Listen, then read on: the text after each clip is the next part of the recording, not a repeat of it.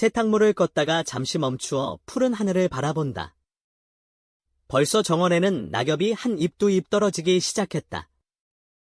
세 돌이 지난 아들과 남편을 돌보면서 경제적으로는 부족함이 없지만 삶에 대한 만족감이 떨어진다. 결혼한 지 5년이 지나면서 하루하루가 점점 더 무미건조하게 느껴진다. 떨어지는 낙엽을 보면서 삶에 대한 허무함을 느끼게 된다. 대학을 졸업하고 대기업에 취직했을 때 온 세상이 내 것처럼 느껴졌었다.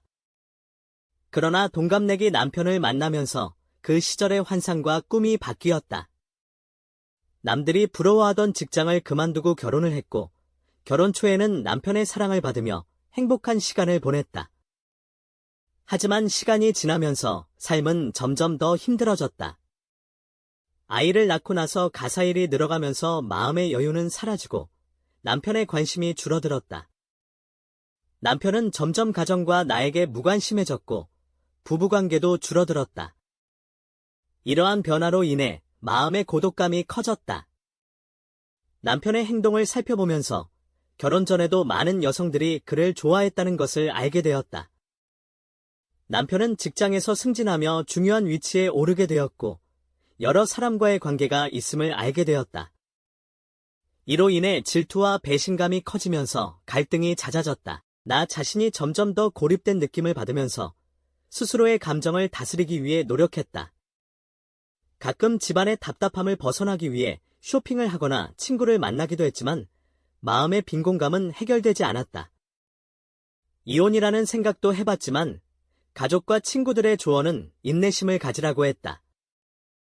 그러나 시간이 지날수록 마음의 상처는 깊어만 갔다.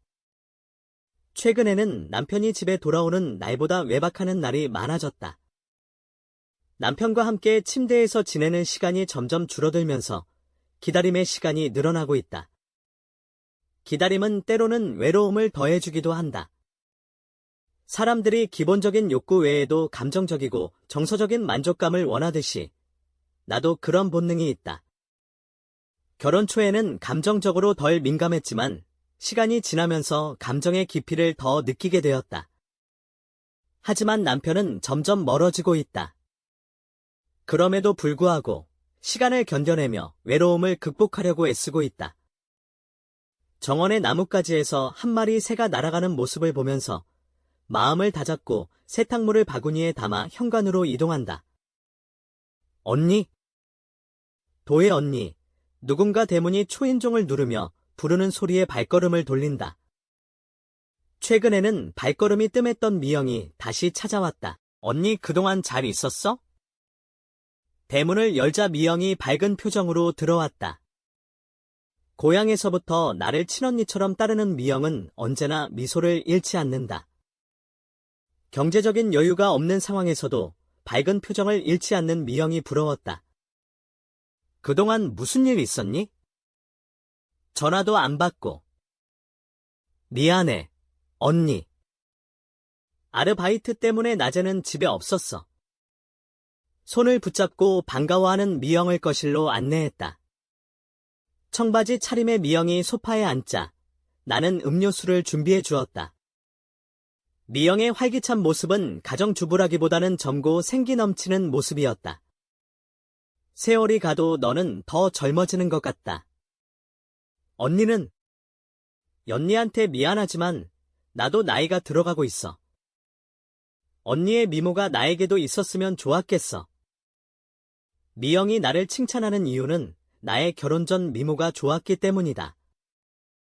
결혼 후에는 살집이 붙었지만 결혼 전에는 매우 뛰어난 미모로 칭송받았었다. 미영도 여전히 아름다움을 유지하고 있었다. 모르는 사람은 아직도 내가 젊은 처녀인 줄 알겠어. 그러니까 내 남편이 변함없이 사랑할 거야. 사랑이 중요하다고 생각하니? 나는 생계가 더 중요해. 미영이 갈증을 느껴 음료수를 단숨에 마신 후 거실 창밖을 내다보았다. 정원에서는 반바지와 러닝 셔츠를 입은 청년이 물을 주고 있었다. 언니, 저 사람은 누구야? 응, 뒷방에 새든 학생이야. 그 학생은 원룸 같은 방을 사용하며 대전 출신의 배구 선수였다. 학생. 나이 들어 보이는데? 나이가 어려? 체격이 다부져서 그렇지. 제2대학 배구 선수라고 하더라. 남자들이 아름다운 여자에게 호감을 갖듯이 여자들도 시선을 끄는 남자에게 관심을 갖는다. 장현우에 대한 말을 하면서도 남편 이외의 남자에게 관심을 갖고 있는 것처럼 느끼게 한 것은 아닌지 조심스러워진다. 우리의 시선을 의식했는지 호수로 물을 주던 장현우가 거실을 향해 돌아다보았다. 잠시였지만 우리들과 그의 시선이 마주쳤다. 장현우가 겸연쩍은 표정으로 미소를 지었다. 서글서글하게 눈망울이 크고 눈썹이 짙어 여자들에게 호감을 느끼게 하는 타입이었다. 체격은 다부지지만 다른 젊은 남학생들과는 달리 미소가 무척 선량하고 다정다감하게 보였다. 현우의 시선을 의식한 미영이 벗어놓았던 니트웨어를 드러난 어깨 위에 걸쳤다. 호! 젊은 남자가 집안에 있으니 언니가 젊어지겠다. 얘는 젊은 남자라니, 호호. 보기 드문 호남형인데 그래도 집안에서 젊고 잘생긴 남자를 보는 것이 좋지. 든든하기도 하고. 새침대기 미영이가 별소리를 다 하는구나. 하나뿐인 남편 보고 사는 것도 힘들어. 하기야, 형부 인물도 보통은 아니니까. 무관심한 척하지만 공연히 힐끔힐끔 내 눈치를 살피는 미영의 시선이 간지러웠다. 공연히 속마음이 드러나 보이고 미영에게 거짓말을 하는 것 같다. 사실은 요즘 남모르는 비밀이 생겼다. 남편 이외에 어느 남자도 눈에 들어오지 않고 도도하다는 나였다. 예전에 안면이 있는 사이도 아닌 장현우와는 나이도 10살이나 차이가 났다. 그런데 그를 마주할 때마다 소녀처럼 가슴이 두근거리는 이유를 나 자신도 모른다. 비어있던 뒷방에 장현우가 이사와서 며칠 지나지 않던 날이 떠오른다. 그날도 지난밤에 귀가하지 않은 남편 때문에 우울했었다. 잡념을 떨치려고 집안 대청소를 시작했다. 청소기를 돌리고 곳곳에 쌓인 먼지를 털어내고도 마음이 편치 않았다. 정원을 내다보고 있노라니 현관으로 들어오는 통로에 있는 향나무가 눈에 들어왔다. 항상 시선을 가로막던 나무였다. 향나무를 통로를 비껴서 향나무를 옮겨 심어야겠다는 생각을 했다. 정원으로 나오는데 거실에서 놀고 있던 민호가 쫓아나왔다. 팔을 걷어 붙이고 삽을 들었다. 땅을 파기 시작했는데 외출했던 장현우가 대문을 열고 들어왔다. 자신의 방이 있는 뒤쪽으로 발걸음을 옮기던 그가 멈추어 서서 땅을 파는 이유를 물었다. 향나무를 옮겨 심으려고 한다는 말에 현우 학생이 나섰다. 남에게 신세지는 것이 싫었지만 상의를 벗어던지고 나서는 그에게 어쩔 수 없이 삽을 건네주었다. 단지 스트레스를 풀기 위한 것이었는데 삽을 건네주고 나니 막상 할 일을 빼앗긴 것 같았다. 현우 학생이 일하는 모습을 바라보고 인노란이 움직일 때마다 근육이 드러나는 젊은 남자의 모습이 듬직하고 멋있게 보였다.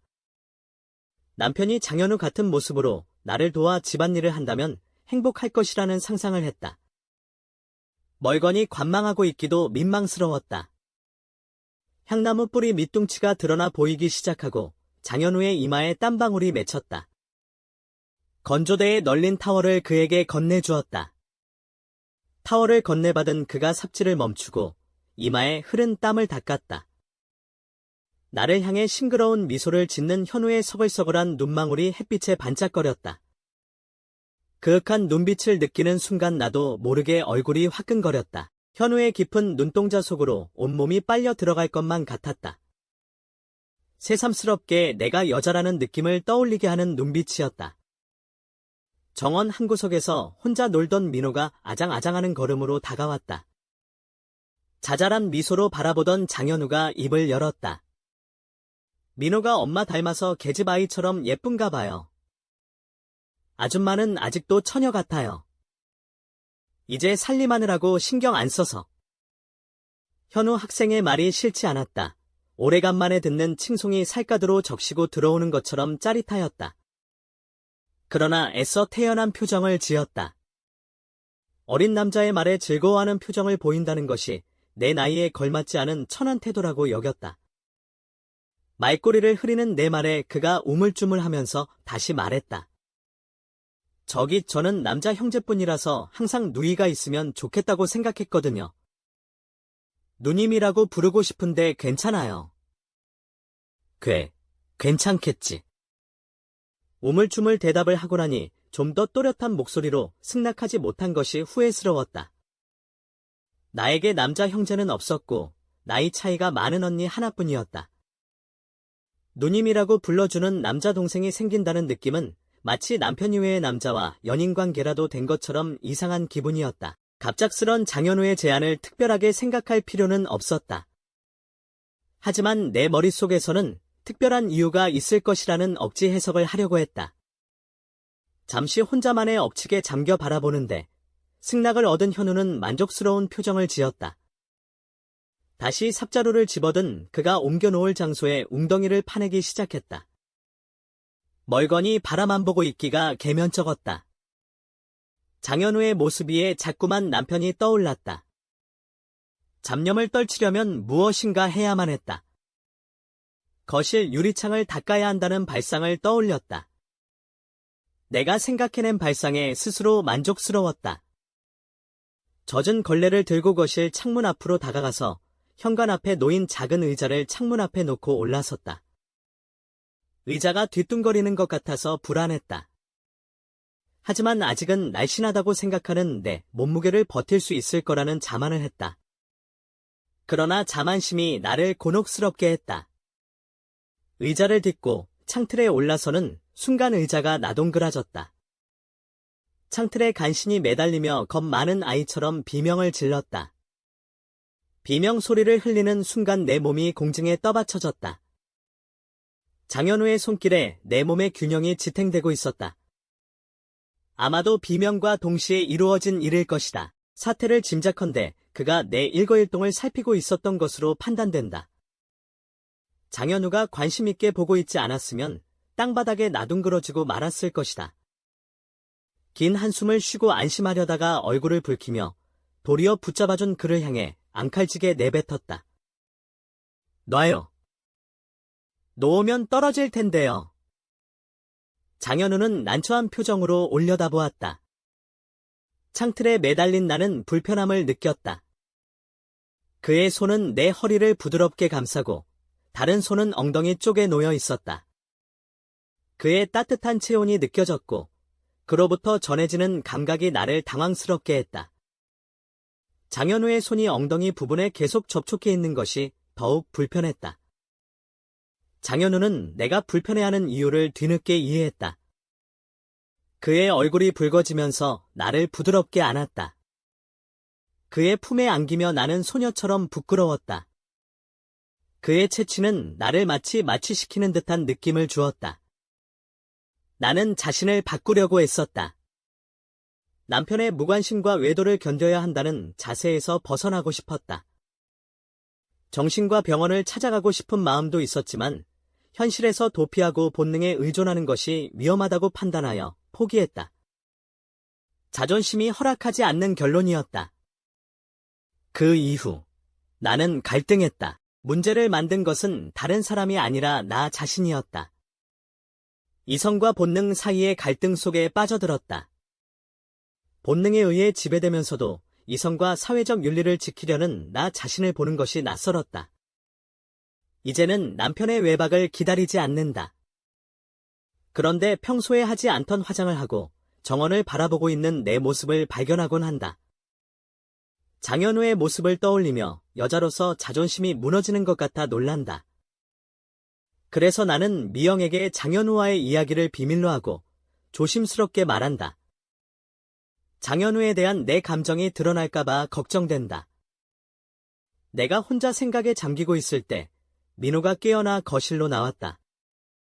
미영은 민호를 보고 밝은 미소를 지었다. 우리 민호, 자고 일어났구나.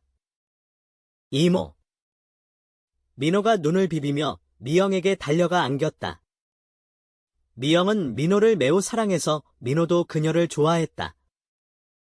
미영은 가방에서 미리 준비한 과자를 꺼내 민호에게 주었다. 여자들이 모이면 서로의 이야기를 나누는 것처럼 미영과 나도 마찬가지였다.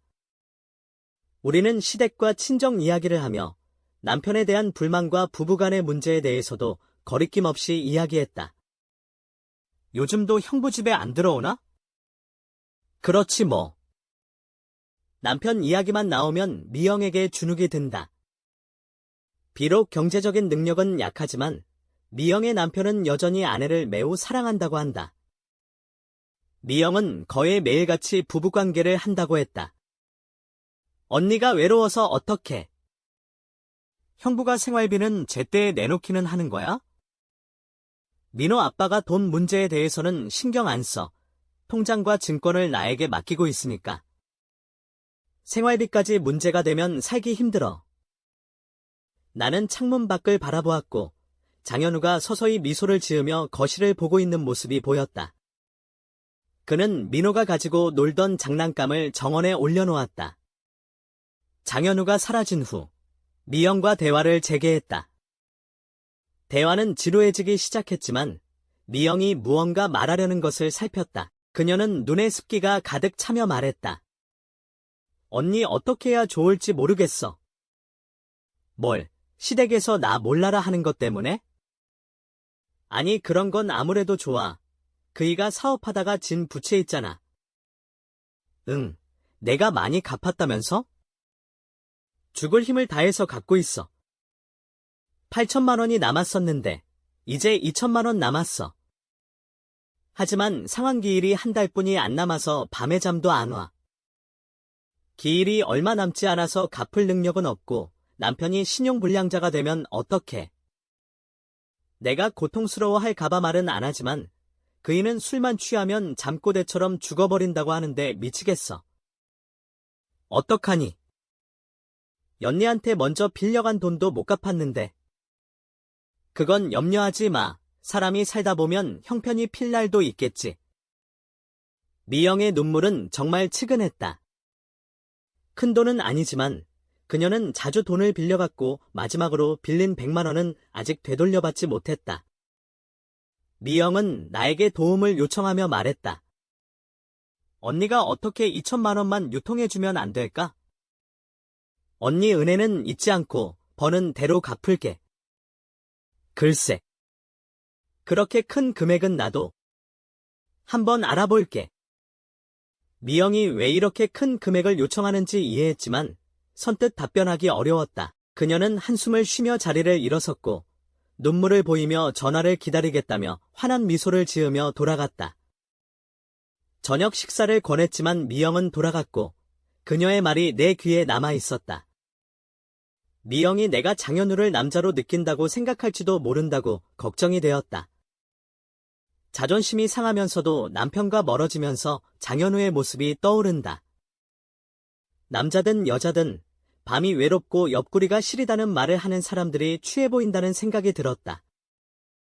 여자는 누구나 착녀기질이 있다는 말이 가장 인간적인 말일지도 모른다고 스스로를 위로한다. 저녁 식사를 준비하고 몇 수저 뜨다 말고 설거지를 했다.